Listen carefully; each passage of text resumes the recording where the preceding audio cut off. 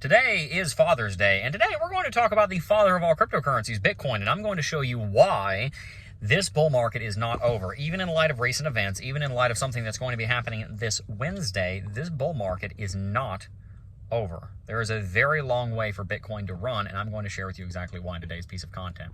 Now, over the last week, we have seen international tensions come to a flashpoint as Israel launched attacks into Iran on their nuclear facilities and on different command and control structures, air defense, and different commanders in the Iranian military.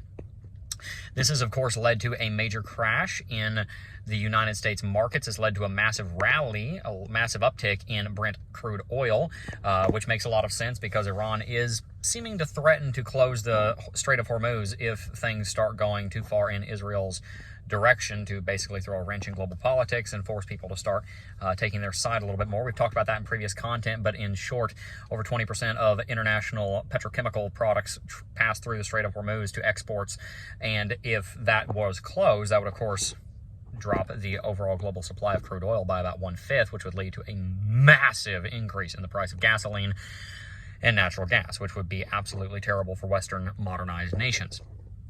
Now, this has, of course, been a major shock to markets, and it was a shock to Bitcoin. It led to a major correction on Bitcoin. But as we talked about in yesterday's video, this is extremely bullish news for Bitcoin, actually. Obviously, we hate war, and it's terrible that, people are dying. But what we do know, on the other hand, as far as markets are concerned, is that Bitcoin is actually faring very well despite all of this. And the main point I want to make today is that this is not the only piece of bearish news that Bitcoin is going to experience here in the month of June. In fact, we're going to see some more bearish news on Wednesday because the Federal Reserve is going to be having their rate decision, and we're almost certainly not going to see a rate drop. We're almost certainly not going to see any kind of rate cuts. I doubt we're going to see any rate hikes, but we're almost certainly not going to see any rate cuts. So a couple of days ago, we saw the Iranian-Israel war begin, or maybe you could say reignite. They've been in conflict for a very long time. And then, of course, we also have this not rate cut coming this Wednesday. This is also going to be bearish for Bitcoin. But what I want to point out here is that Bitcoin is still managing to hold above $100,000. What I want to point out here is that on the weekly chart, even on the daily chart, Bitcoin is still building a massive inverse head and shoulders pattern that still points to $150,000. And despite all of this, we still have the big Bitcoin treasury companies buying a massive amount of Bitcoin. You still got Strategy buying Bitcoin. Saylor released the Bitcoin tracker today, which means there's going to be another purchase on Monday. You've still got Nakamoto, 21, all these other companies, Metaplanet, that are buying Bitcoin very rapidly. And so this is not the end of the bull market. That's one of the points I want to make, is that this is not the end of the bull market.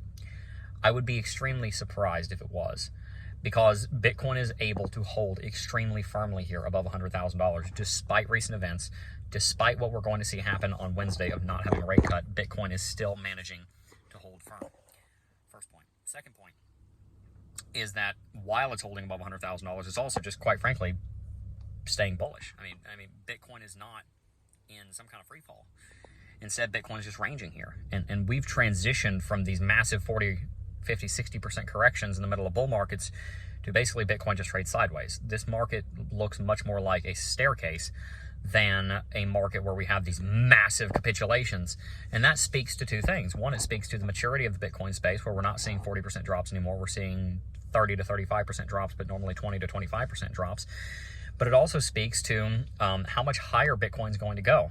Bitcoin is so incredibly bullish that when it corrects, it doesn't even drop. It just trades sideways because the bulls are so strong and there's so much buying pressure.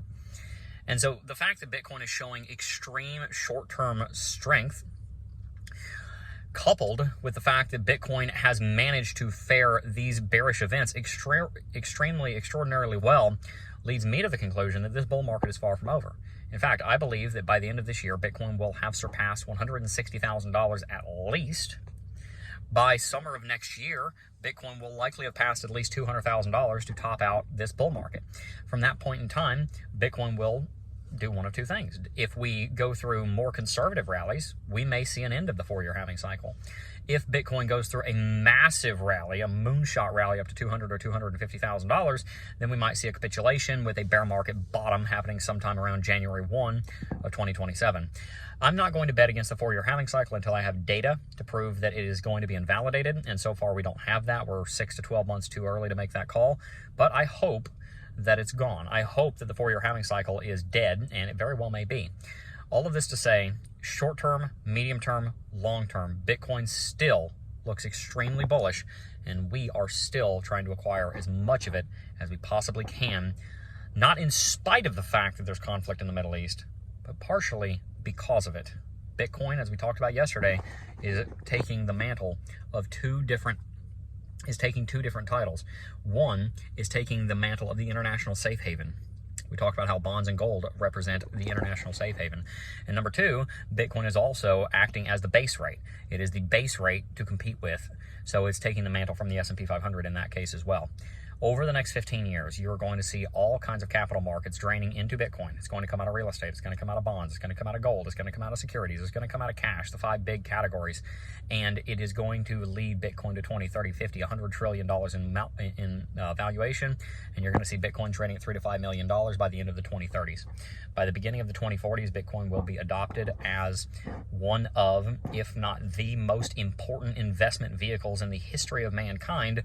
And it will be moving towards $10 million a coin, which means you have asymmetric upside potential right now. If you buy now and you have the time horizon to be able to hold 5, 10, 15 years, you are going to be able to take part in one of the most successful bull markets that we will see this century.